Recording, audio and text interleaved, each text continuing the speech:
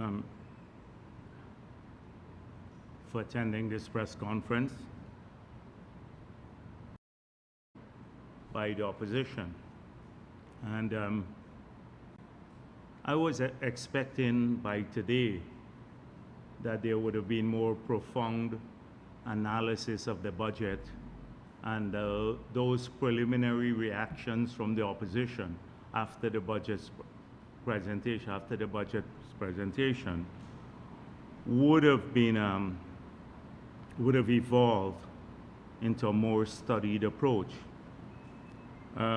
Needless to say that I'm very disappointed that that did not happen, but I think most people in this country expected the initial reactions of the opposition to remain the main criticism of the budget. And so it's very difficult for me to get into a technical defense of the budget when all we are hearing is cronyism, racism, spending too much on capital, not spending enough on people. It's a budget for bourgeois, nothing for poor people. This is the usual sort of thing. It's a lazy approach to budget, and it's, as I said before, it's predictable rhetoric, and it represents the hollowness of the opposition's analytical capabilities, and also it exposes their inexperience in terms of the budgetary process. I sought an explanation for this bare bones sort of approach and criticism of the budget in the composition of the team that they have in opposition. And when you look carefully at the team that they have on the opposition benches in the parliament, you would realize why they can't go beyond that sort of sloganeering sort of criticism. The simple reason is that none of them have participated in a very serious way in preparing a budget before. I don't think a single one of them has ever participated in preparing a budget. And secondly, 99% of them have never had any major policy experience. They never held positions where serious policy was discussed in the past. So this doesn't happen overnight. It comes with experience, and it comes with also understanding the nature of the economy, the dynamics of the international community, and you have to craft a budget to address both variables. The country's position in the world and its interaction with the rest of the world, and the realities of the economy in Guyana, and ensuring that the measures in the budget live up to those realities or take account of those realities. We can't get that from this opposition. So we're going to remain at the same sort of thing. Every day for the remainder of the budget, you will hear the same sort of criticism, nothing serious. Now, there are, however, a few things that are worth responding to. And they've come from some haters and some maybe who are seriously misguided. So I saw a news story in the Kaieteur News called Budget Diplomacy. And that news story spent a long time, or in a lot of words, criticizing Ashni Singh for speaking about a minimum threshold and concluding that in such a large budget and with a country that is growing so rapidly, that the Minister of Finance is relegating us back to a minimum threshold, that the ambition for people doesn't match the enthusiasm or the growth of the economy. And we need to ensure that people understand what the minister meant when he said minimum threshold. So first of all, in the budget, the minister defined the two key objectives of what we are working towards. He said, first, this minimum threshold that we must work to accomplish for all of our people. And secondly, creating the conditions for wealth creation. So two objectives that we are working towards. Particularly, he defined it as an expansion of household wealth. The minister made it clear that we must not view the minimum threshold through a narrow, and this is direct quote, and simplistic monetary and fixed income lens. So the article quoted the minister saying that, and then proceeded to do exactly the same thing, to view the definition of minimum threshold as a fixed income or a monetary threshold. When the minister made it clear, and I've spoken about this at the press conference, that we are redefining these concepts. So the first concept, you would recall that I said in the healthcare sector, we are redefining primary health care to include a higher level of care, which would include now access to CT scan, a free CT scan, access to free ultrasound, access to a number of free tests that in the past you had to pay for and were defined as tertiary care that came out of the private sector. We are redefining it, moving it from tertiary paid care delivered by the private sector into the category of primary health care now, because we want the quality of primary health care to grow. And that is one of the objectives of us building out the new hospitals with new facilities to ensure that we can deliver on this redefined objective or redefined concept of primary health care. Similarly, we have said that every Guyanese in this country must have a minimum threshold in terms of the quality of life. It is not a minimum income. It is not a minimum fixed income. It's not a monetary target that we're heading towards, but it's a threshold, a minimum threshold for quality of life and quality of services delivered by the state that the state will almost guarantee. And that involves, as the minister pointed out, it involves a number of things. It involves housing. So let me quote exactly what the minister said. He said, I hasten to add that this threshold is not to be viewed through narrow and simplistic monetary and fixed income lens, but instead is to be viewed from a multidimensional perspective.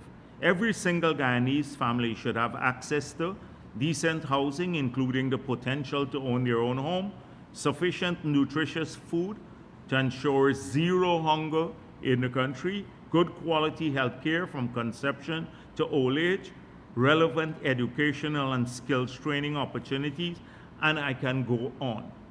So the minimum threshold that he speaks of is a quality of life in metric. It is not a fixed income metric. And he made that point. However, this editorial, or I don't know if it's an editorial or a news story which says budget diplomacy, confuses the whole issue because they didn't read carefully what the minister said. And I thought it necessary to respond to this because sometimes people miss the concepts. They miss the concepts and they go back to their old understanding of things. Because when you talk about threshold, it is generally thought of as a monetary figure. It is not a monetary thing we're talking about. Although eventually universal income could become part of the package of measures that would form the minimum threshold. So that is the first objective towards which we are working as a country. We want to eliminate poverty totally. We want to make sure every Guyanese citizen is living in a decent place that they own or they can afford to rent. We want to make sure that we have high quality health care for all of our people. We want to make sure that every child or every adult, if they want to study and improve themselves, that there are opportunities to do so. We want to make sure that everybody lives in safety by investing in the security sector, that they can live in free of fear. We want to ensure that people live in a democratic society. This is the minimum threshold that we are talking about. Although it's tucked away in the budget, it's a concept that is impregnated with a lot of ideas. A lot of ideas. It's a broad-reaching concept. And unfortunately, the person who wrote this story or this editorial missed that. So the second objective is, do we want only the minimum for our people? We believe that the state must guarantee this minimum. But beyond the minimum, we want every Guyanese to become wealthy through their own efforts. So the state guarantees the minimum, and then you create the conditions for people to grow their wealth, personal wealth, household wealth, their business wealth, whatever their endeavors are. You create the conditions for them to grow income and wealth. That's the second objective, because we would like to see all of our people get wealthy.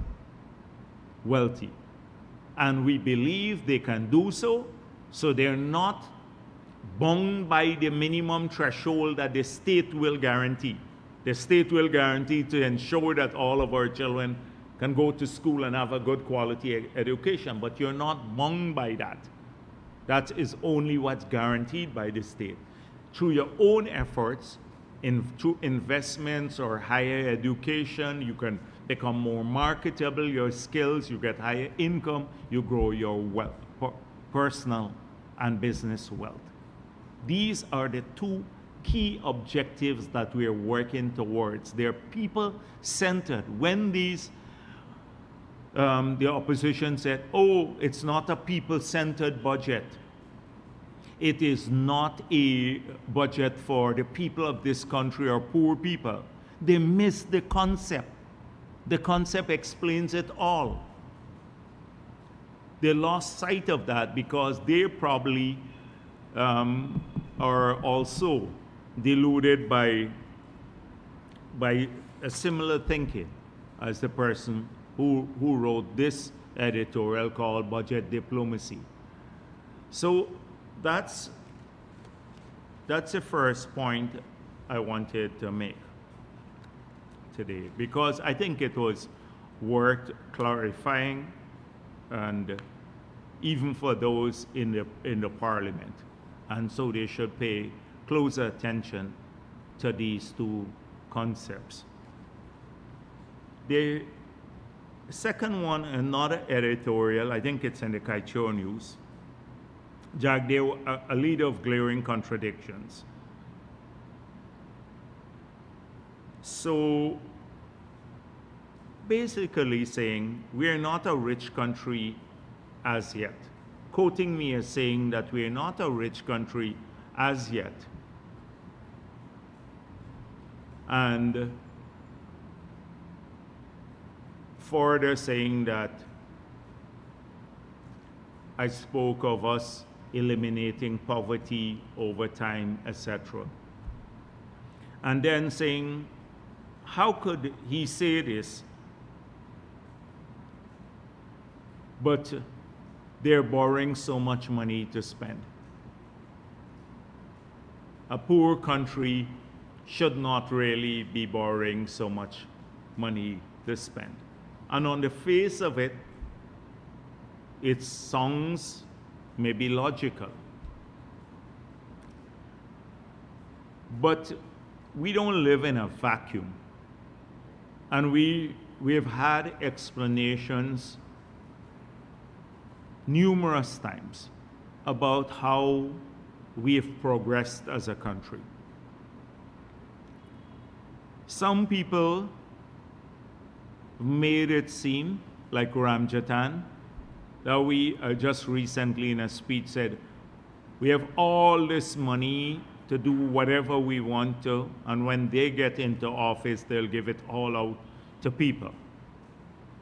Glenn Lal has been saying to people, we're so rich because of the oil and gas resources, we don't need to work any longer. We can all get $8 million handout from the Treasury, and we don't need to work any longer.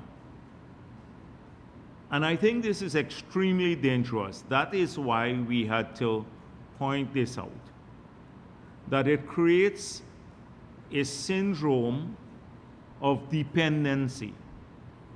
Now, we've made it clear that over time, the resources in the oil and gas sector will accumulate at a magnitude where we'd be able to, in a growing way, address more and more needs of our people.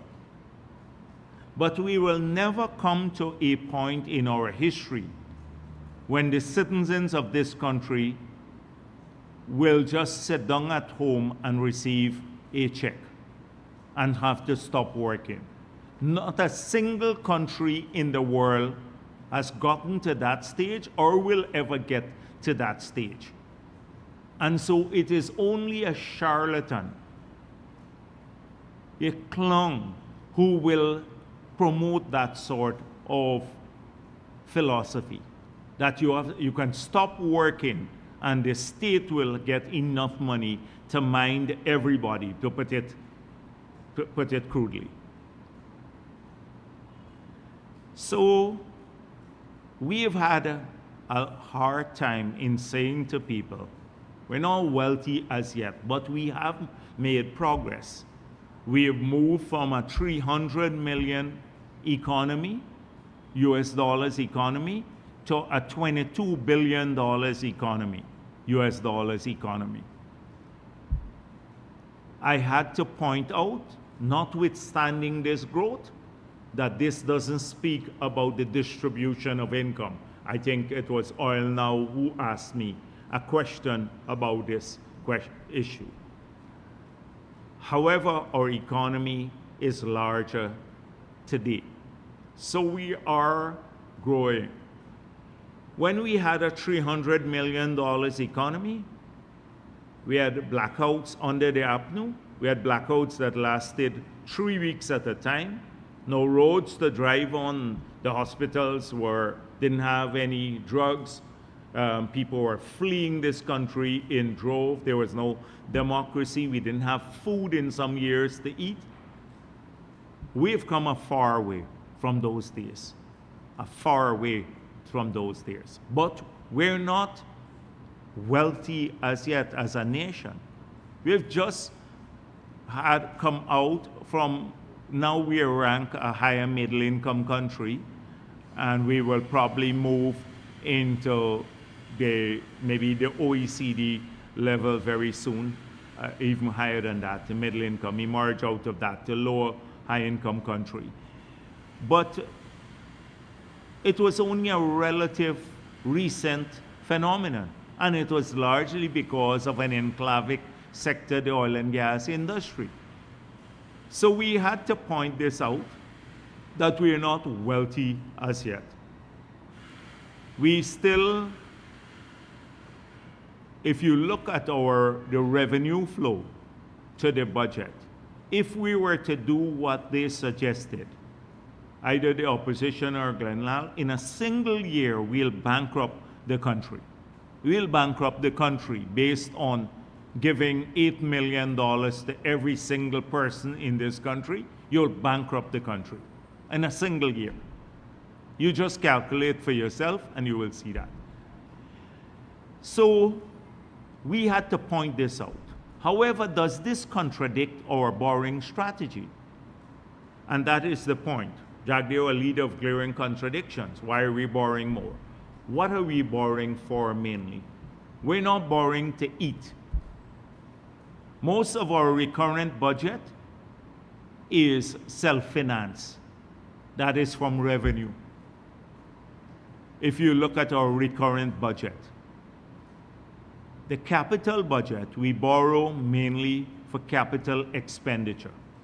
And anyone who knows, if you have a business, you borrow to invest in the future, for future income.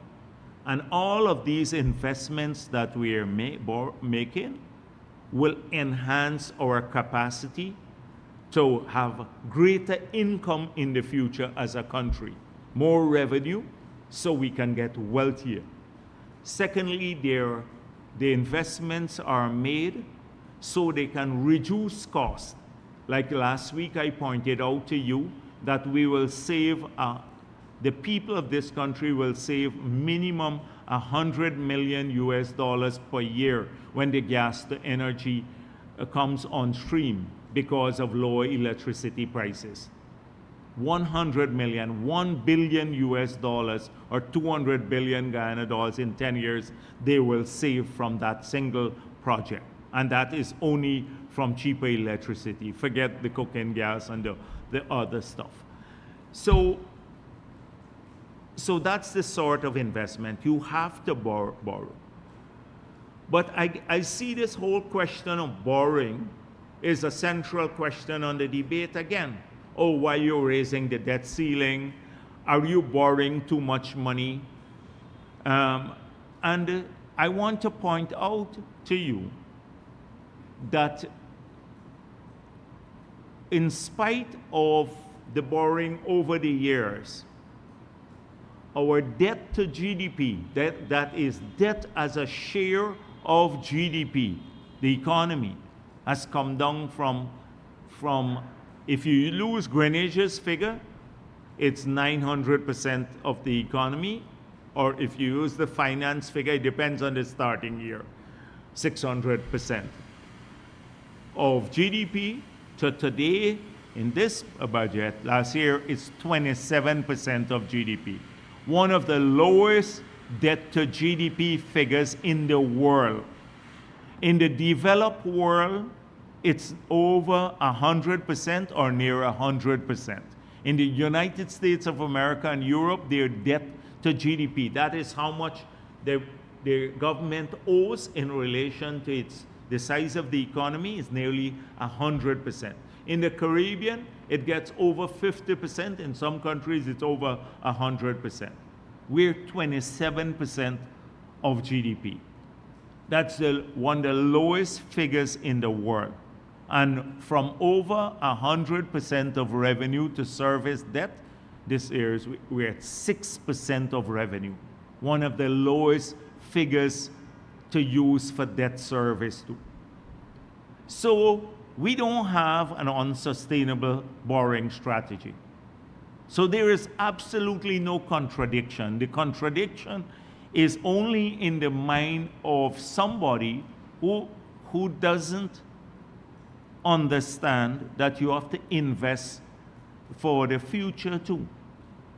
And that the two things are not contradictory. But of course, this has come out of the very fertile fantasy minds of many some of the haters in the Kaichor news. And this is the contradiction they're talking about. And it reflects again, the budget presentations about borrowing, etc. So Norton made a speech recently, and I believe he must have had something to drink. I looked at him carefully at his cost of living rally. And so I was expecting, with the level of mobilization that they did, that the entire parade ground would have been inundated with people. And I must say it was a bad showing. As a politician to a politician, that was an abysmally bad showing. And if you notice the demographics, there are hardly any young people there.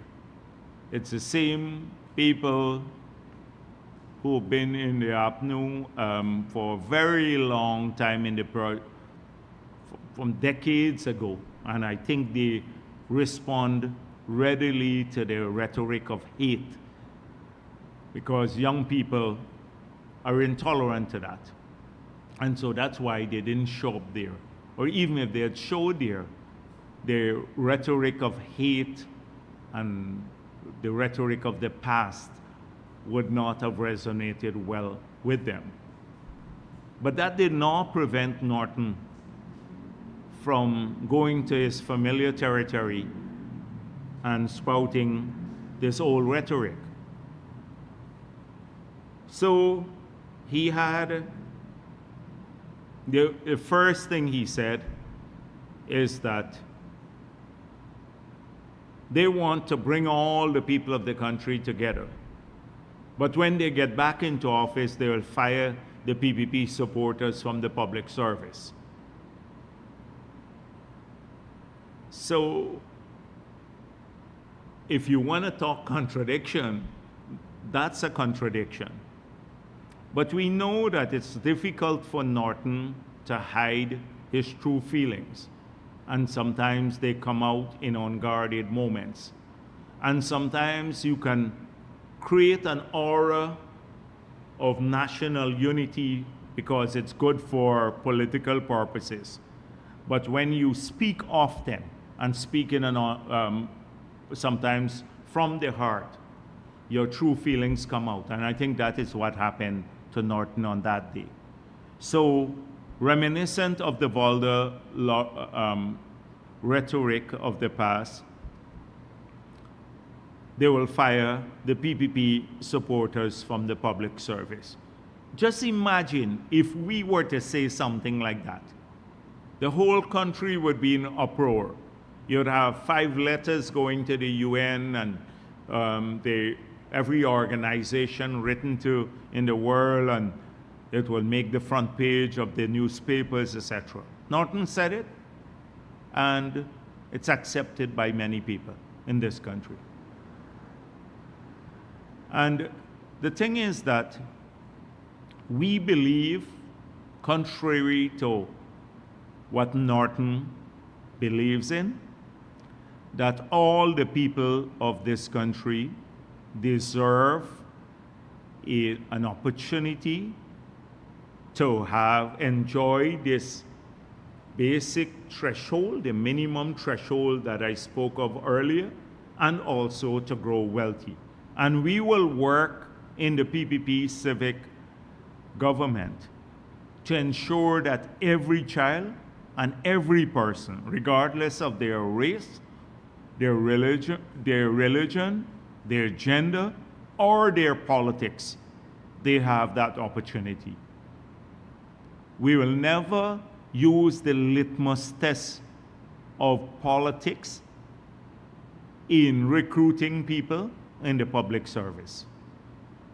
And that is why when we came into office, if you look at what happened by contrast, APNU terminated a large number of people.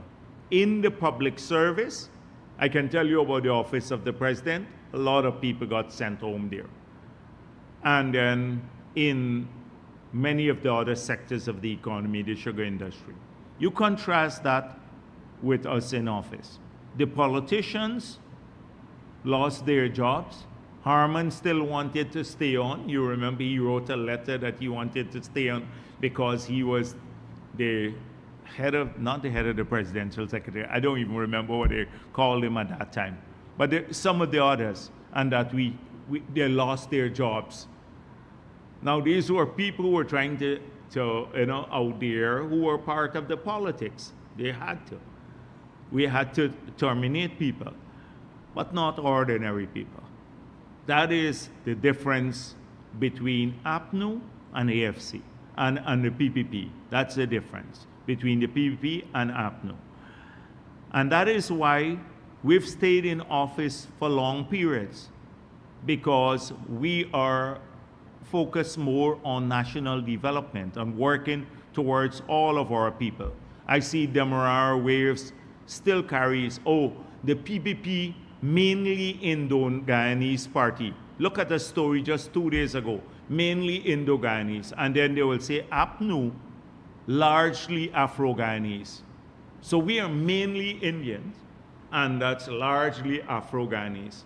But if you look at our composition, if you look at the support we're getting, we're the only party that cuts across race today in this country. A party worth its salt. I'm not talking about the three members party and stuff like that. I'm talking about big parties here.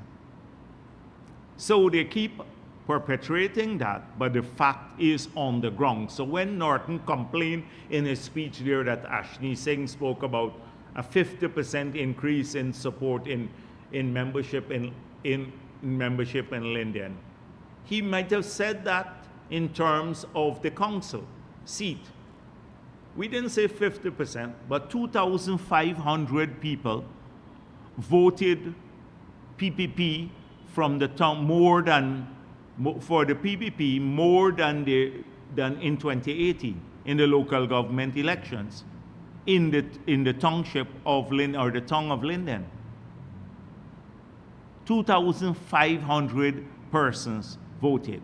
He ignored that. At his speech there, he talked about Ashni Singh saying 50% in Linden. He's a bit touchy on Linden. He didn't speak about Madhya. He didn't speak about Bartika. He didn't speak about Georgetown. He didn't speak about Mokka, Kwakwani, or New Amsterdam, about what happened here. And in Linden, he distorted what we said. 2,500 persons. Some of the small parties did not get 2,500 votes, and we got 2,500 more votes in these elections in Linden itself.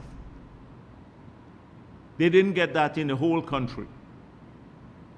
So he ignored all of that in his speech there. The second thing that he wants to do, he spoke about, we've taken away the buses, that Granger put in these villages and stuff like that. Now, these buses, let's make this straight. The buses that Granger got and put his name on, and he got donated to him from businessmen, many of whom were getting contracts from the government without tendering. So those buses never entered into the records of the government. So we don't know who they belong to, if they belong to Congress Place now, many of them. So that's one. Two, many of those were reconditioned buses, the boats, etc. So what did APNU do to our children? I said last week, $1.6 billion per year, they took that away, the 10,000 grant. If you multiply 1.6 billion per year over 5 years, that's $8 billion. $8 billion can buy you over 1,000 buses.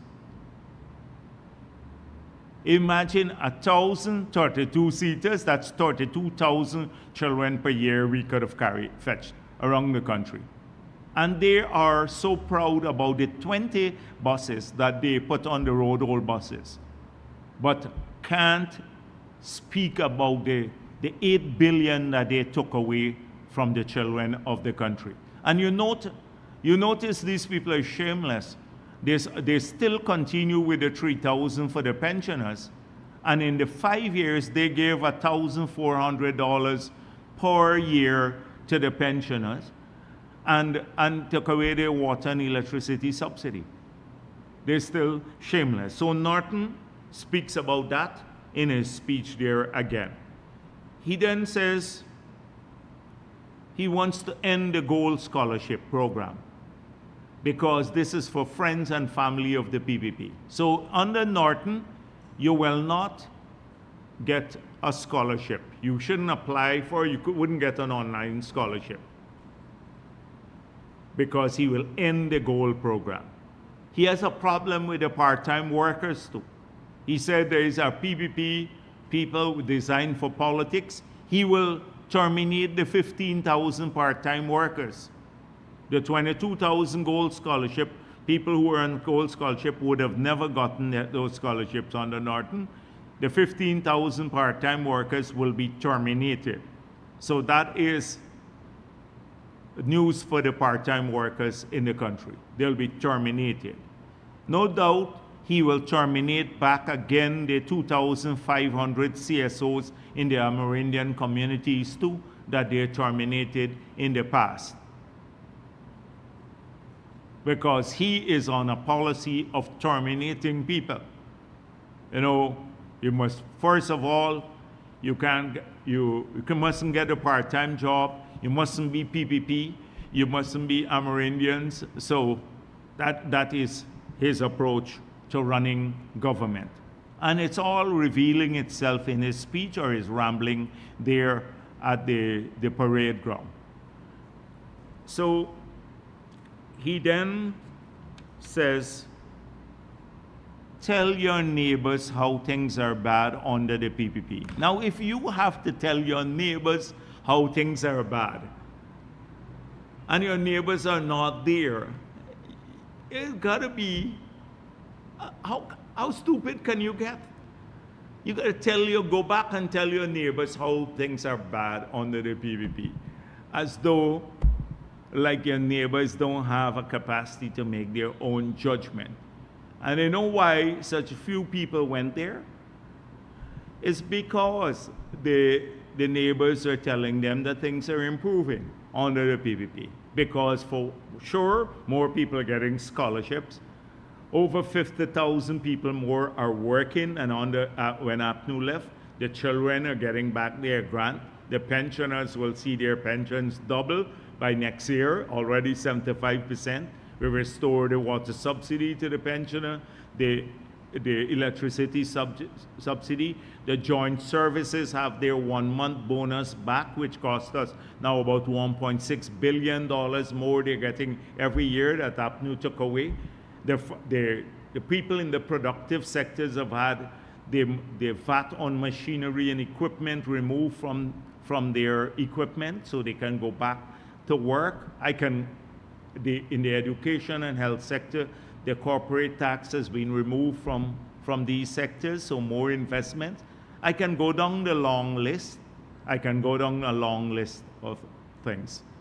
But more roads are being built in communities, so they believe you shouldn't build more roads. It's a waste of time to build roads.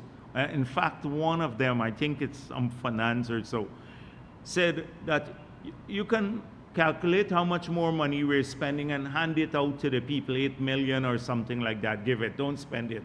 So can you imagine, take all the money in the budget, give it to somebody, and don't do anything for education, healthcare, electricity. So we walk in the dark, we walk down a road that is not built, and I don't understand. Like, we go back to the Stone Ages, but people have their 8 million in their pocket. You know, it's ridiculous. So this is Norton. Tell your neighbors. Well, the neighbors will tell you a different story. Even the road has been built, I told you, to straight up to Norton's Pig Pen in Linden. And I go in there, it's a partially paved road, and they told me this was recently done. And I'm happy for him because I think it's a good sector. You make a lot of money in it. In fact, if he need more breeding animals, the year before, Zulfikar Mustafa produced about 4,600, and he's Muslim, so I shouldn't be talking about the agriculture sector, produced 4,600 breeding animals, and last year much more. They should help Norton. Anyhow, what he said was a bit dangerous, however, at the end. He says they're going to win the elections. Well, that's not dangerous, that's laughable. But that's not dangerous, that's grossly delusional. And that's why I'm saying he had to have had something. He had to have had something to conclude that. But that when they win, we will not want to leave, and we would want to resort to violence. Now, coming from Norton, but guy who said he had the SOPs but couldn't present them in the court. He had the SOPs in his back pocket, right? Keeping it at Congress Place to show they won the elections. People who come from a track record of stealing elections and resorting to violence. You look at 2015. There was no violence when the PPP, it was declared the PPP lost. The transition took place. You can't say the same about the previous elections in the past. Maybe the only time was 2006 when they didn't. Every time APN was lost, they've resorted to rhetoric or violence. And they were urging people in 2020, you recall, to come out on the streets when they tried 3 times to swear in David Granger. And to people to come, and people shunned them then when they were in power, when they had something to give to people too, basically, and they were just sharing out to cronies only, basically, not ordinary people, cronies. So when they were in power, people refused to come out and support them. You remember a couple of people coming in front of the Ministry of Finance. When they were lying to people, they had control of every state media, and were dominating the airwaves with the lies all the time. And people ignore them. Do you think now, knowing Norton and knowing the lies that they've been telling and seeing the track record they had, seeing that they have no plan now, no vision, no strategy, looking at the dismal performance in Parliament, you think they're going to risk their future again with APNU and their children's future, take a gamble again? So this call for violence, you have to watch it seriously, and let Norton not delude himself. Any act of violence will be met with the full force of the law. With the full force of the law. But I think it was more of his rhetoric there at the rally to whip up people. But you notice that he is toned down on the racism a bit, although it came out. And then they have Ramjatan pushing the racist line. So Ramjatan is a regular slime bag. I call him that all the time, a regular slime bag. This is the guy who will do anything to be offered a position in government. In fact, he said as much to me. He'll do anything, prostrate himself, say whatever he's told, etc. Like, so I'm not going to deal with all of what he said. Jagdeo never liked public servants, etc. That we're stingy. He went on with the borrowing too, but he doesn't know much about this stuff. So this is what he said. And all the emoluments under this budget for that, 100,000 people, come up to $121 billion. It was talking about the 10% of the budget that we set aside to pay wages and salaries alone in the public service. Nearly 10%, $121 billion. And Jagdeo and Ashney does not want to have that shifted upwards. I'm quoting him directly here. Public servants come from a certain demographic, and you know what I'm talking about there. So nudge, nudge, wink, wink. You know I'm talking about Afro-Guyanese, to a crowd there. It was made up mainly of Afro-Guyanese. So saying, oh, they're racist. They don't want to pay only 10% of the budget set aside for wages and salaries. If you look around the world, it's a high percentage. But it is, they got him to push that line now, the Ramjatan, or nudge, nudge. And then he goes on to say, capital expenditure is $166 billion. That money will go to a set of contractors. And we got only about 1,000 contractors. Well, 1,000 under APNU, you have much more now, who win contracts in a big way. And you know they come from a certain demographic too. And you know what I'm talking about. That's nudge, nudge, wink, wink. That's Indian people. Right? So racism, pure racism, to a crowd that's Afro-Guyanese. Just imagine if we do something like that. This is the racism, but they have this slime bag doing it. He's told you to deal with that issue because he's Indo-Guyanese. So then it wouldn't be seen as racism. But it is racism. It's a promotion of racism. They can't get away from this rhetoric. If you talk about cronyism, if you talk about contractors who got the bulk of the awards under APNU, you have about 4 or 5 Indian contractors who got the bulk of the award under APNU. You have more Afro-Guyanese contractors now than in the entire 5 years of APNU. Entire 5 years of APNU. When they were talking about the contract, the people who bid for GWI and said it's mainly Indo-Guyanese who were getting. The person, one of the 2 contractors, black contractors who they bid, said they shouldn't be talking about us now, me, because I used to get contracts under the PPP at GWI. They chased me out of there, basically. I didn't get a single contract in GWI for all the years. Why are they talking about that now? Because they were giving it and picking. You had to carry a bag of money, and they know to whom and then the contracts were given. They talk about cronyism and contract, like we're putting all of this money to give to contractors, it's corruption. They didn't even have to put the money. They were just, they didn't have a tender process. Look at the Patterson issue. The projects were not getting built and the people were being paid. We got Durban Park, the scale, the bridge. We got millions of examples. At least, and to do capital projects, the reason we could have grown the capital budget, it requires hard work to put together feasibility studies. They didn't want to do hard work. They had the easy life, the good life for the cronies.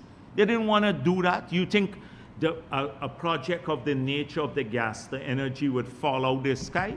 They didn't want to put in the effort. I told you personally, because before the project was tendered, I had over 85 meetings at my office with the task force, including them, to move that project up to the stage of it being tendered before it was tendered. That is how much work it required, because there's so many moving parts.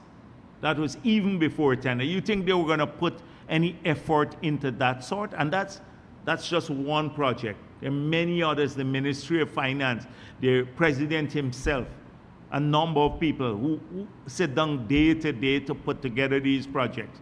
Oh, we had an idea to pave the road from Soosdijk Junction to Linden. Well, why didn't you do it? Jordan went to the IDB and said he would get 900 million. It was a lie. It was only last year that after working on the project and doing the studies and everything else, which we were prepared to do. We were prepared to do the studies, the feasibility work, design stage, that last year the loan was approved. It requires hard work, and that is why they don't see that effort. They think, oh, the capital budget is high. That's why they had the lowest capital budget for our contemporary history, lower than 2014 in most of the years that they were in office. But that meant a running down of the infrastructure of the country. If you don't have a capital budget, you can't build roads, you can't build bridges, you can't build power plant, you can't build schools, you can't build hospitals, you can't build sea defenses, you can't build the community infrastructure, the grounds, etc., that people want now. But they begrudge it. Oh, it's money set aside for contractors. But when you look at the cronyism, imagine Amanza Walton talking about cronyism. Amanza Walton talking about cronyism. The biggest cronies were people like her, in Linden, when nobody could get land there. How come she and two other members of her family got land and almost close to the budget, the election time too? That is cronyism, because she was politically connected. That is the biggest cronyism. When we talk about, you're talking about cronyism now?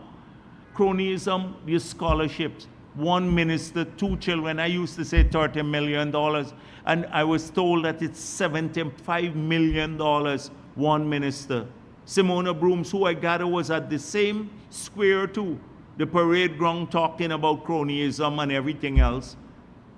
Two of her children got scholarships, $75 million, and they were not Guyana scholars. They only got these scholarships because the mother was a minister. There are 4 other ministers who got it. You want to contrast that with 2,500 people that are studying, or the free education now for all the people at UG are wiping out their loans, or the children grant back? How could that be cronyism when it's for all of our people? Everybody could apply for the gold scholarship. Everybody will get the benefits from free university education. All of our children collect the grant. How could that be cronyism when you yourselves took this? The land policy, if you want to talk about it, look at the people who they transfer lands illegal to. Were all connected to the PNC. Four of persons from the office of the president got over 3,000 acres of land. 3,000 acres of land. They sold land to people and collected money at a low price and didn't even tell the people where the land was, just at Ogle. We've had to settle. They're talking about cronyism. Cathy Hughes. Cathy Hughes is giving contracts to herself in her own ministry. That's cronyism. Ministers, a lot of these ministers, Ramjatan, his ministry was a load of sale of gun licenses. Gun licenses were selling there like crazy. Norton talked about security firms that we are putting in place that would participate in violence at election time. You find out how many security firms are established and guns sold to them by that ministry. Cronyism. You ask Roysdale Ford about what was going on at the Gaming Commission when they tried to extort sleep in for a casino license, extort him, want to try to get him to pay $3 million US for a license. And I told him to refuse it. And I spoke about this in opposition. So it's not new. I went in on my Thursday press conferences in opposition. I called the names of the people too. So you're talking about cronyism. Ask them about the Integrity Commission report and what happened in those 3 years they didn't file the reports about the accumulation of wealth in those 3 years. It's unbelievable that people would talk about cronyism. My Paul, from what I gather, was, apart from his financial difficulties with money at Congress Place and the UG, he was, my Paul was getting salaries from several places. Carol Joseph was an advisor in the Ministry of Foreign Affairs. God help us. We forget about this sort of thing. And these are the same people talking about cronyism. Oh, PPP people getting rich, 20 of them will get wealthy. Call their names and see if they're getting wealthy legitimately or not. And if you know anything illegal, then fine, expose it, like what I did. When I went in opposition, I called the names of the people who got the land and the breach of procedures. So these are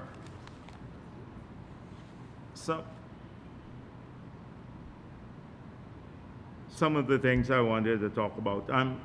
I saw Amanza Walton again with, love this show and rhetoric and just very, very vacuous sort of presentation. So, the Caribbean, we must approach this future from two perspectives: national unity. This is the person who believes that Indians have a diminished mental capacity, and national unity, and who every utterance goes back to race or somehow winds its way back to race. And secondly, she said that the PPP is not so concerned about the territorial integrity of our country, that they have, in APNU, they hold a monopoly on patriotism, basically implying that in her presentation. It's unbelievable. But the problem is that they gave her this portfolio, and obviously it's overwhelming her. And all the people who are helping her to write these speeches and advising her, they're just confusing the poor person. They're just confusing her, because if we trace, if you had any integrity, you would just trace our engagement on borders from the past and contrast how the PPP approached border-related matters and our successes, and that with APNU. and then that will tell you the whole story. I'm not going to deal with it today, because that's conversation for another day. I saw the IPADG wants the award that President Ali will receive in Africa withdrawn. And they're saying, oh, that the award is given for equity and probity, and President Ali's government doesn't meet those standards. Well, I suspect the African leaders are going to just ignore them totally. And it's really shameless for IPADG to talk about equity and probity. First of all, we would like to get the accounts and the details of it, of how they spent the nearly $500 million that they were given of taxpayers' money. Our money, for a small organization. They need to tell us why they excluded other Afro-Guyanese organizations. So, there is no probity in their finances now. And in terms of equity, we saw they give a couple $100,000 of the money for scholarships. The rest was spent on IPADG itself.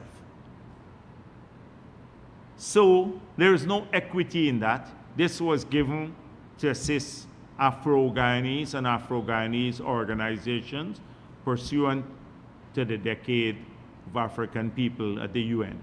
Not for them, not for their use at IPADG. So where was the equity and probity?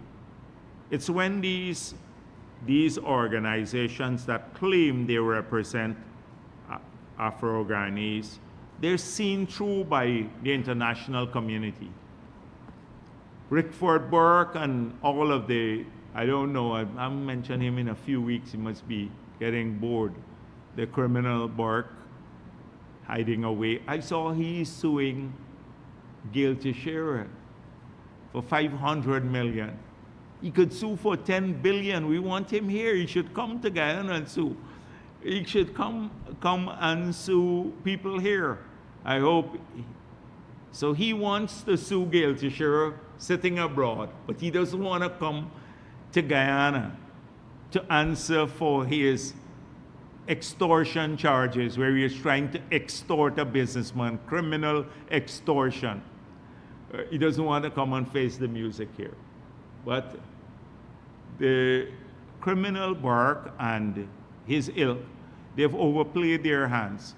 And now people in the US government, the State Department, everywhere, they understand what is that this is a business for people like Burke.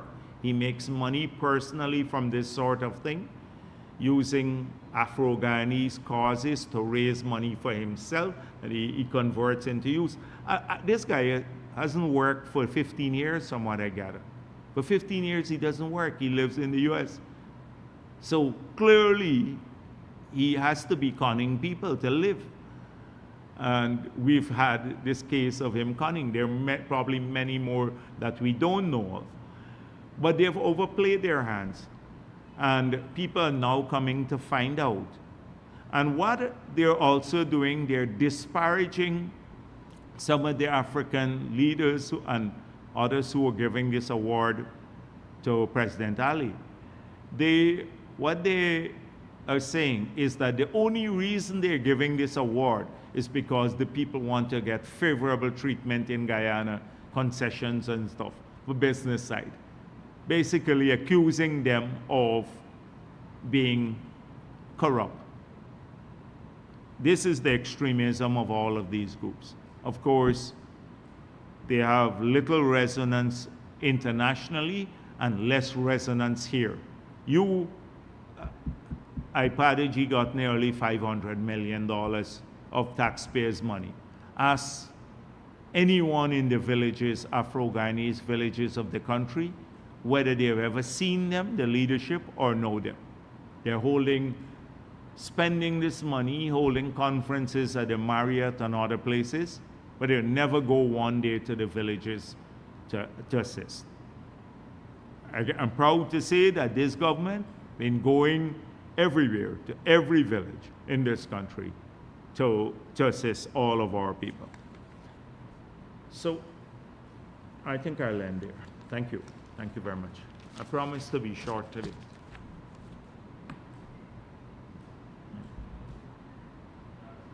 Reverend Belgrave, Kaiser News.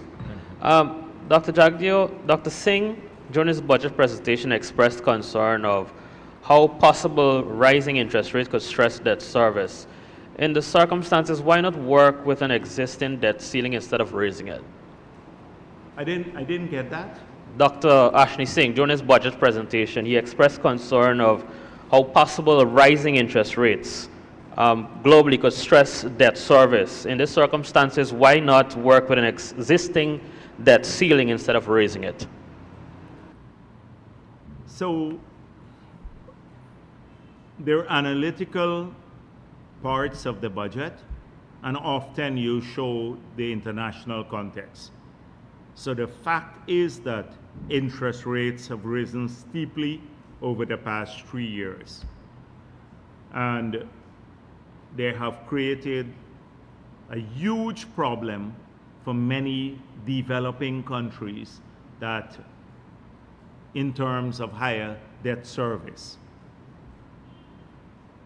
We anticipate that based on what has happened, and I explained this some time ago, that this was in response to the massive liquidity overhang that you had in many countries from the COVID period, and also in response to inflation, higher inflation rates. Inflation rates have been falling globally,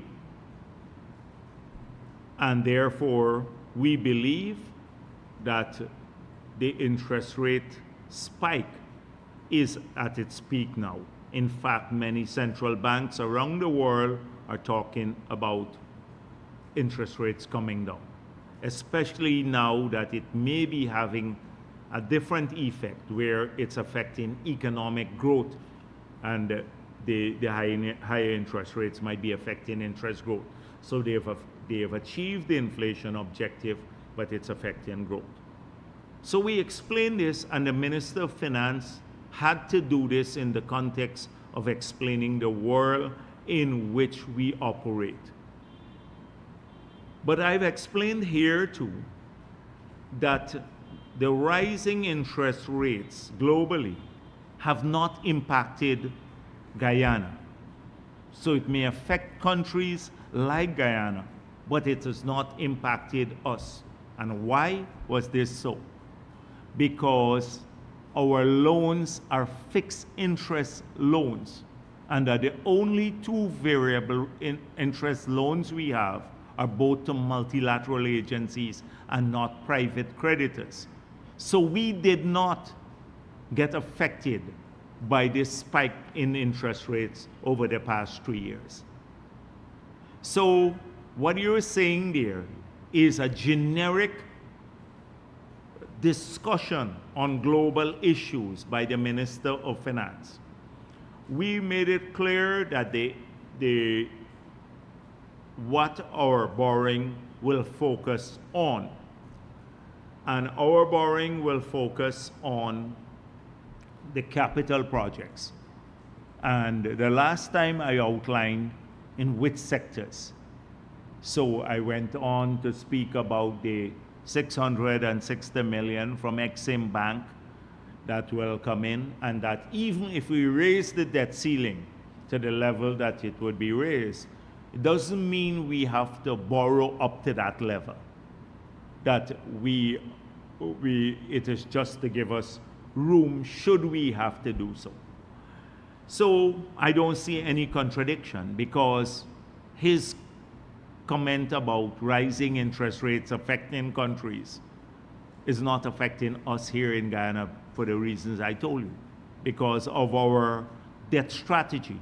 And you heard earlier how our debt strategy is working. In fact, our debt servicing has come down to 6% of revenue.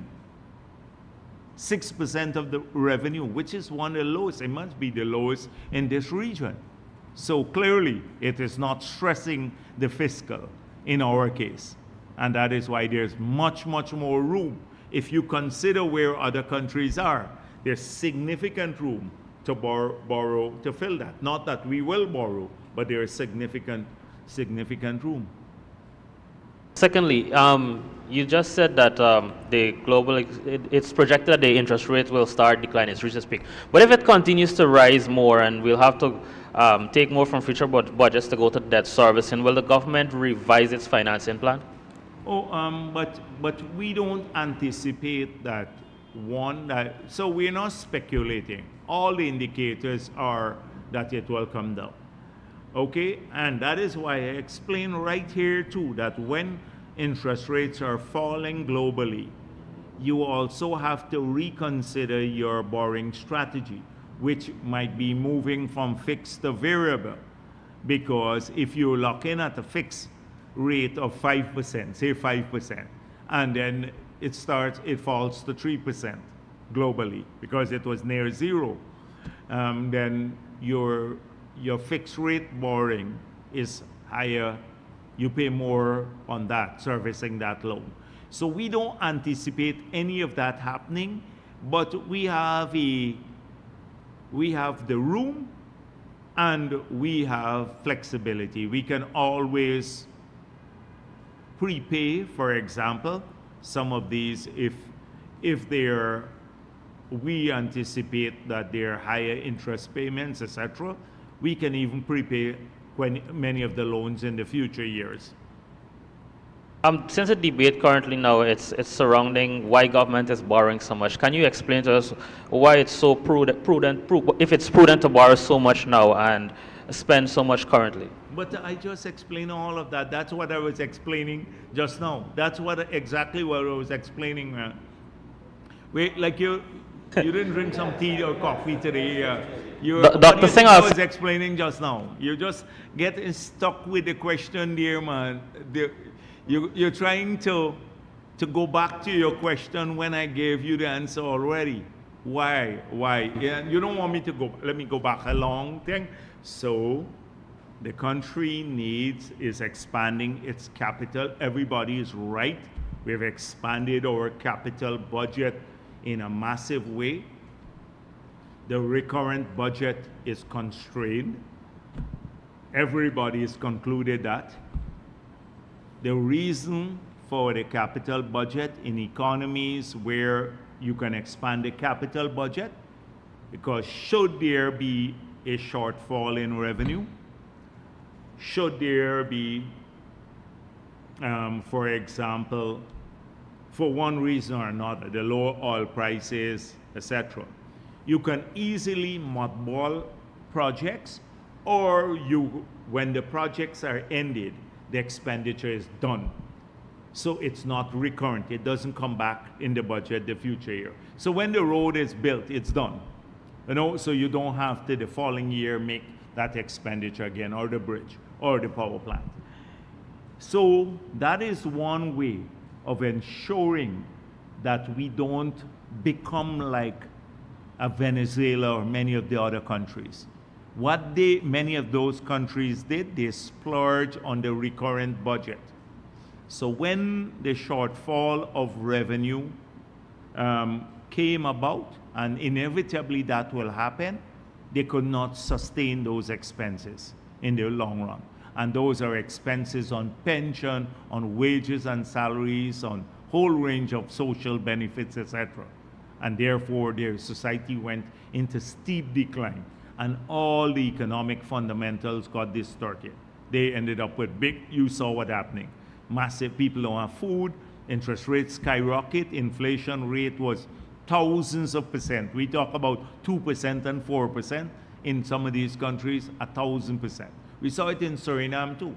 We saw it in Suriname. The exchange rate moved from 3 guilders to 1 to 3,000 guilders to 1. What happened? So that is prudent. So you borrow to invest. If you borrow to eat, it's bad. If you borrow to invest, and the investment in the future will increase your income or save you expenditure, like the gas to energy project will, then it's a good investment.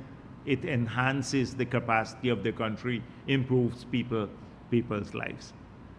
Even if you borrow for it, the borrowing has to be paid back in the future. But if a smaller share of your revenue progressively is going towards this, we sustain this economy when we're spending 100% of revenue to service debt. Now it's 6% of revenue.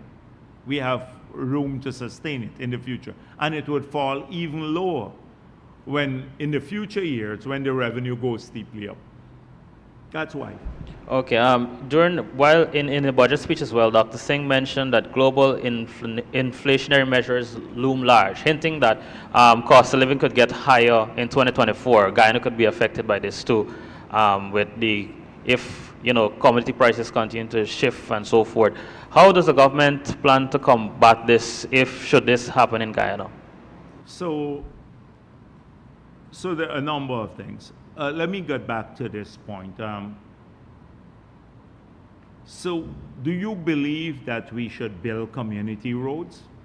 That's come back to APNU. So the 100 billion that we have to build nearly 3,000 roads in the villages, in the wards, in our city, in all right across the country, in the Amerindian communities, improving lives. Do you think we should build it or we should just leave it? It comes back to that question. So they don't want us to do this. But what does this represent? It's 250 to 300,000 people now will not have proper community infrastructure. Do they believe we must fix all 34 grounds in Georgetown because there's a substantial allocation for that? Clearly their answer is no, you shouldn't do that. You're spending too much on capital. Do they believe we should bridge the river? No. I saw Christopher Ram saying, oh, the Berbice Bridge, we're thinking about another fixed structure across the bridge. But this was the same Christopher Ram who was opposed, if you go back in history, was opposed to the building of the floating structure. And now that structure, the concession period comes to an end in 2027. We are now nearly 3 years away from that. That bridge will basically, that was the concession period. We made it clear even then that you had to in the future put in a fixed structure across the bridge. But what does a fixed structure represent? Just how the floating structure changed people's lives. I recall people used to come from Berbice to take their families to the airport, and their families would meet in New York and they will not get home back to Berbice because there are long lines of cars waiting to cross on the ferry over there, sometimes days. You couldn't carry heavy trucks across, one truck. You think in this modern economy, we could have 3 trucks per trip on a ferry to go across and 10 trips a day, 30 trucks. 30 trucks will go now in 15 minutes across the bridge. Different times. And you need a fixed structure to do that so that it does open, it's all the time, you can have integration of the territory, etc. So this is, that static thinking is thinking of people who just are number crunchers. They don't look at the future of the country. So on global inflationary pressures, they loom larger in the COVID period. They've abated somewhat if you look at the global inflation numbers, and because of this high interest rate policy. So they're abating somewhat. So, but we have to watch for spikes. And the spikes can come about because of a number of things. For example, what's going on in the Red Sea, or if there is an escalation of the war beyond Palestine, well, in the Israeli attack on Palestine, if there is an escalation, it could disrupt shipping lanes. Already that's happening for, say, European inflation. So, because they now have to use a different route to now get their goods into Europe.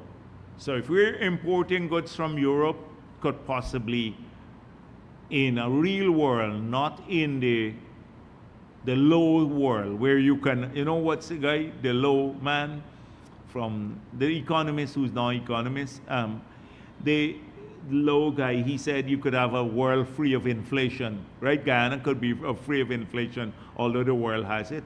Well, that's not the case. But we have put in a sum of money, although we have seen the inflationary pressures abate. Last year, inflation was pretty low, so compared to previous years. And so we believe that the inflationary pressure has abated somewhat. Moving away from the budget, can you provide us with an update on the activities of the British Marine vessel offshore? There's no update. It came, it went. There is no update. It came and it left. It left, okay. Yes. That's what we wanted to know. You previously said that government will go to tender for independent monitoring of daily production rates being reported by Exxon. Was this catered for in the 2024 budget? Yeah, in our framework, and we have various, because we have not tendered as yet, we don't know what exact cost it will be, but we have resources. I think it's over 7 million remaining from that 20 million. You remember the World Bank facility that was there a long time back. When will the final production sharing agreements be made public?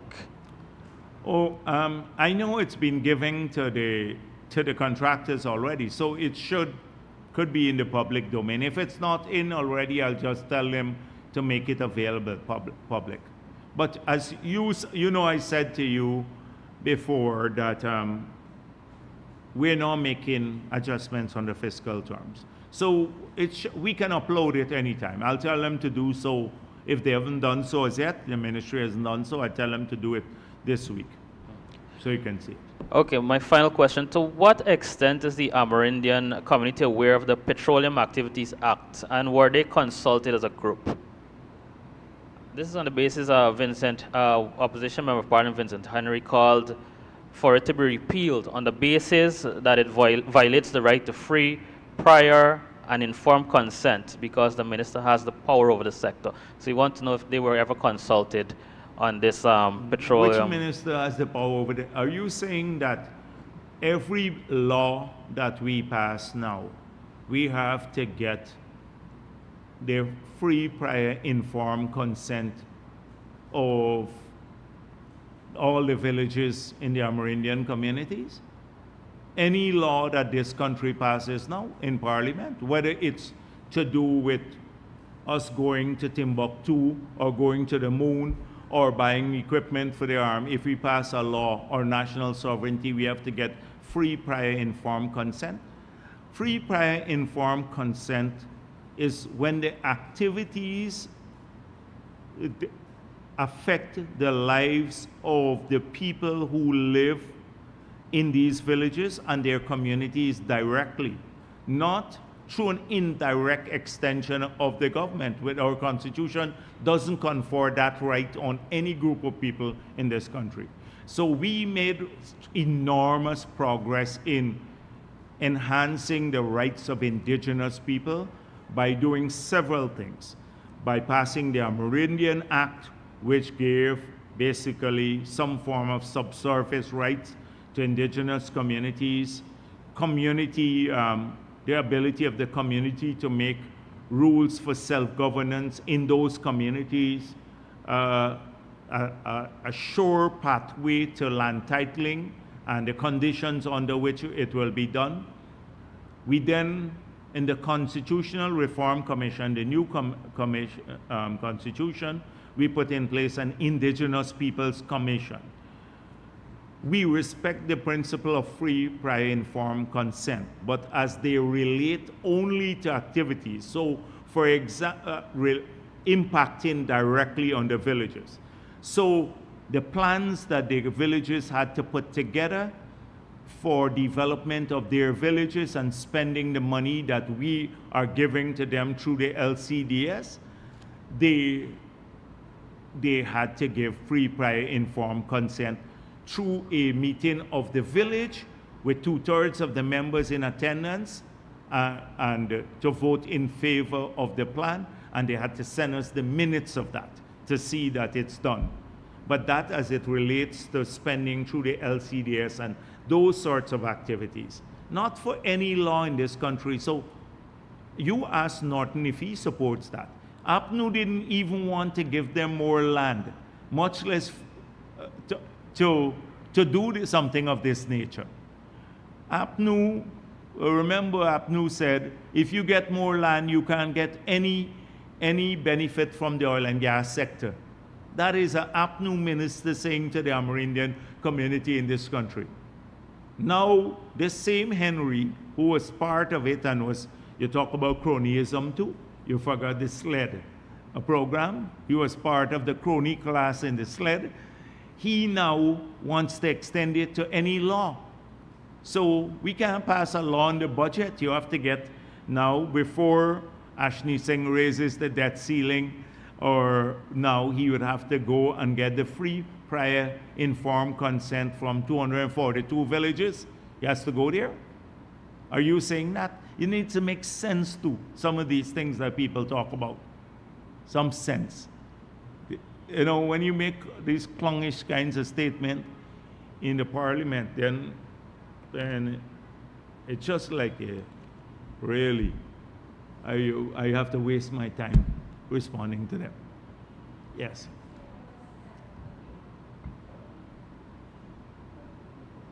Earlier this week, Minister Bharrat said that in 2024, more emphasis will be placed on critical minerals such as lithium. Can you give us an insight into how this can propel Guyana's development? Yes. And another question. I know that last month the request for proposals for the Amila Hydro project was concluded. Can you also give us an update on that? Yeah, so I don't have all the details on the Amila. When it was supposed to close when? Last week, I think. Last week? Last Monday. When last month? Oh, I haven't looked at it, so no use I give you an update.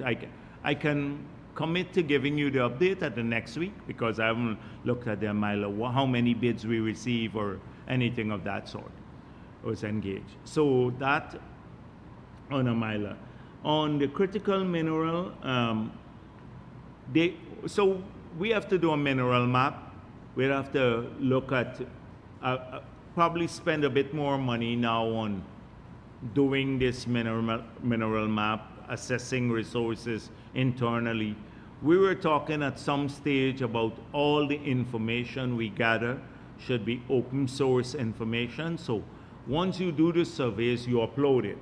Because what has happened in the past is that some surveys were done by the government in the distant past, and those results were shared only with a few people, including staff, and they knew who to guide where, like, you know, there may be good properties. So whatever we do now in the future, and just looking at all the minerals, will be open source. So once we finish the survey, we'll have to do it. But it's not just lithium, it's many other minerals that we're looking at, expanding the mineral map of the country. Yeah.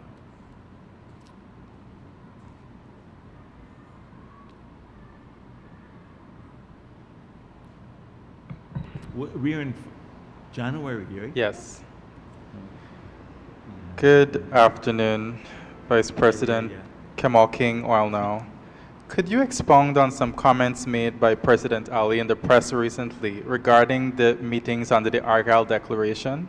He's quoted as saying that the meeting today in Brasilia would pave the way for talks on issues like trade, energy security, and climate. I don't know what that means. So if you look at the Argyle Declaration, I don't have it here before me, but I think there was one clause in the declaration which speaks about a joint commission. And this is the first meeting of the joint commission. So the joint commission has to meet and discuss their own agenda and then pursue those discussions. So we are hoping that there's some of these elements could be discussed as part of fostering good neighborly relations in the future. We made it clear that we are going to go take this matter to its conclusion at the ICJ.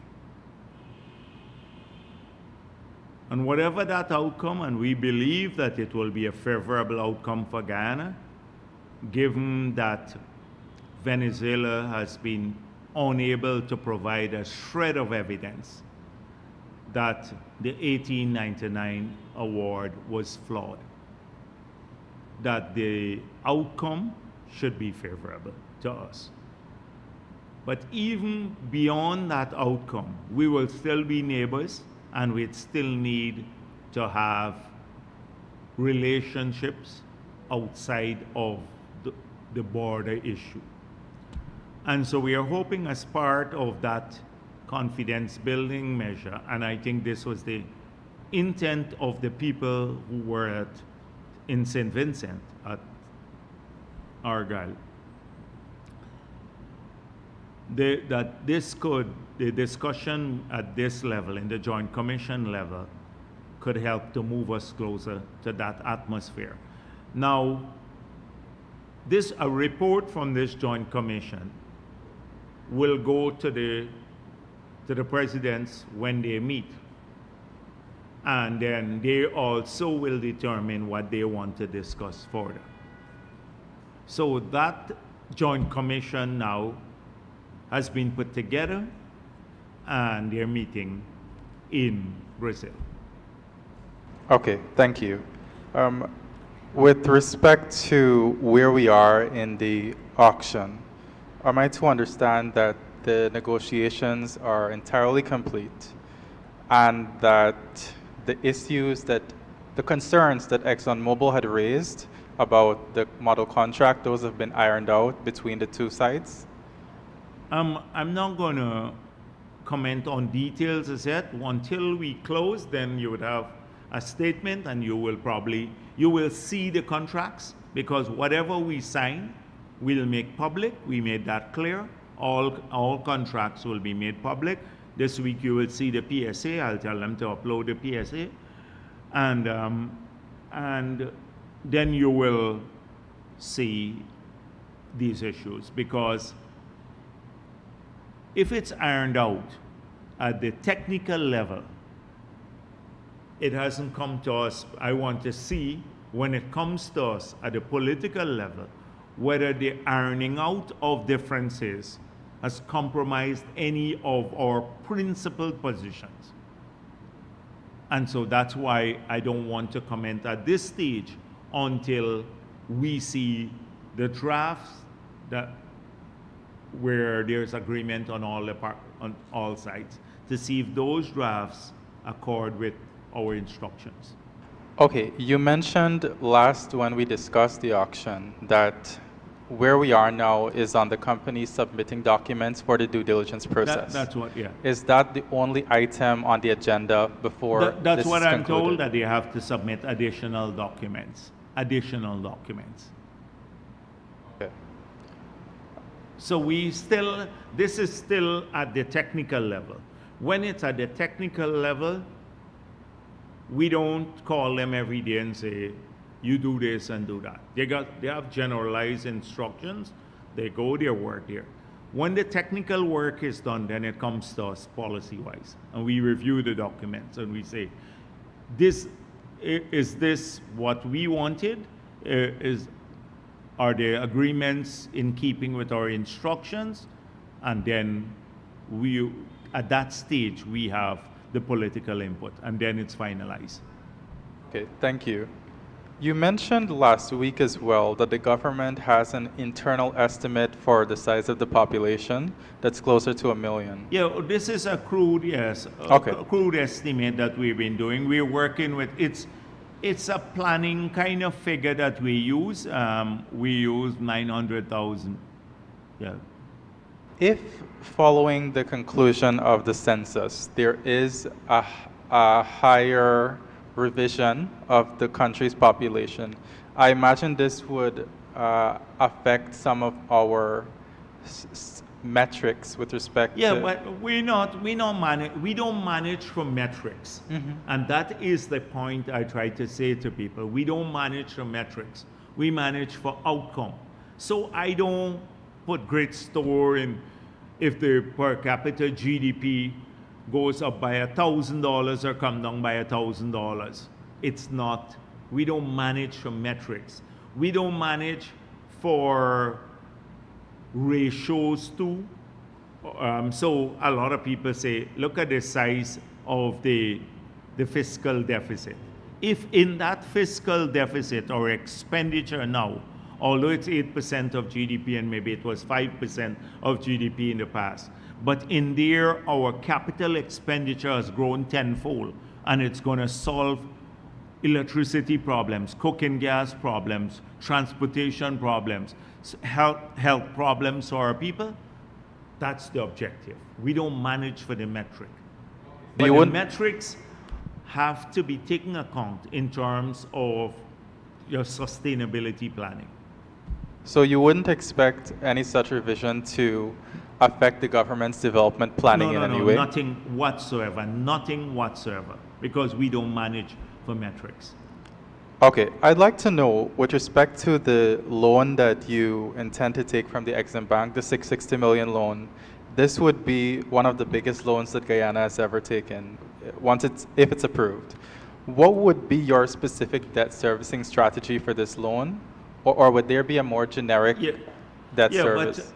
But each loan has the conditions of the loan. It would have the amount, the interest rate, the period for repayment, if it's paid in monthly installments or 6 monthly installments, the details of it. So each loan is guided by its own set of conditions. So when those are concluded with Exim Bank, then the loan document will be tabled in Parliament, so you can then see what they are. Is there any updates on the Whiptail review? Has there been any trouble, any disagreements? What review of the Whiptail project that ExxonMobil has proposed. No.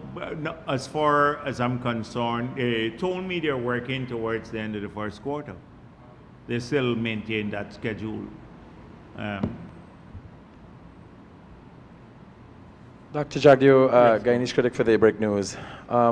As much as you brushed aside Aubrey Norton's claims as rhetoric and claims to violence, with the suggestion that he and his ilk will be met with the full extent of the law, are you suggesting the same law that stood by while people went and looted the Mondrepo market, after which Norton came and represented the criminal elements? Are you suggesting that same law?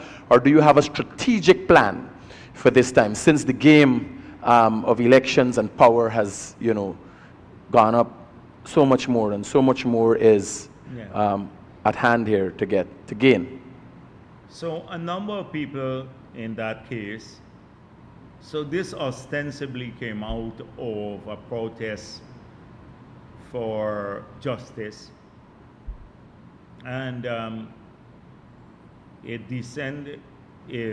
deteriorated into almost terrorist type of activities, led by many people there. The people in Golden Grove have the right to protest peacefully, and I think in that case, maybe justifiably so, to protest peacefully. But when it crossed a threshold, a criminal threshold. Now people were compensated in that area, so the Treasury should be utilized to do that where there is a failing on the part of the state. The Treasury must bear or compensate people. And two, a number of those people were charged and under the Terrorism Act, and they're still before the court. So action was taken against the offenders, and now they're before the court. Sometimes it's hard to prevent things that happen spontaneously, so you have to take action, form action afterwards. I am more in favor of the police building an intelligence capability and being able to take firm action to act as a deterrent. And it must be also guided ethically, because the police did take firm action in some cases when they shot pellets at a number of people who were protesting against the attempt to steal the elections.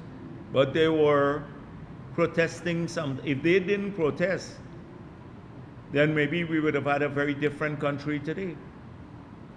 And they took firm action right at the beginning by shooting pellets at a number of people who came to see me. Some of them have 30-something, 40 pellets in their body, and women, etc., under the Granger administration. But they were protesting the attempt by the Granger and the others to steal the elections, Norton and the others, to steal the elections. So sometimes you have to look at the cause. And in this case, people have a right to protest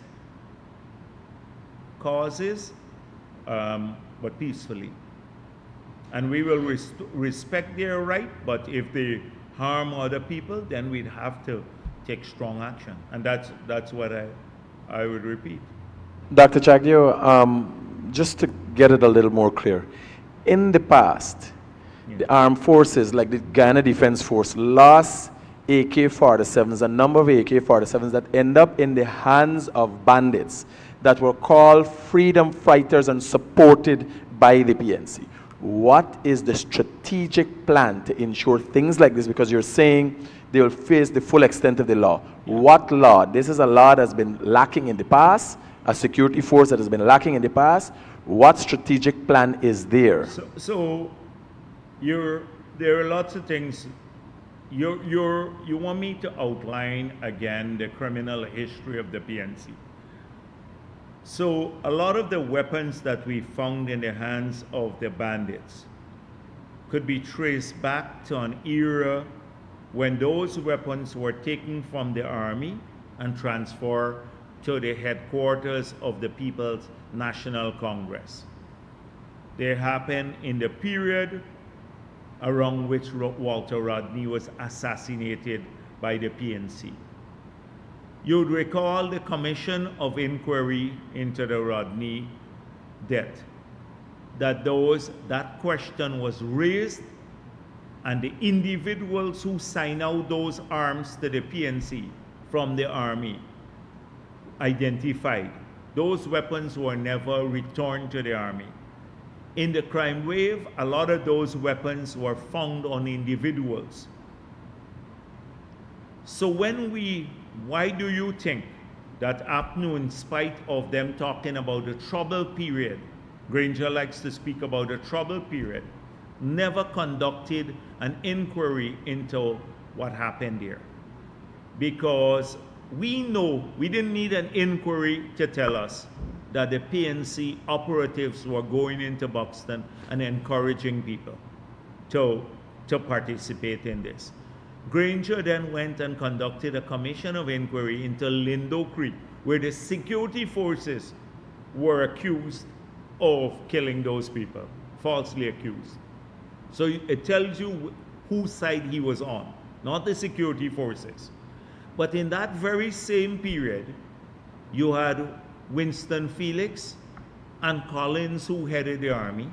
Both of them became members of APNU, and they're in the leadership of the PNC now. Leadership of the PNC, I think, in their central committee. The difficulties we had in ensuring that they carried out lawful instructions from the Defense Board, etc., were enormous. And therefore, you had a situation where the army and the police were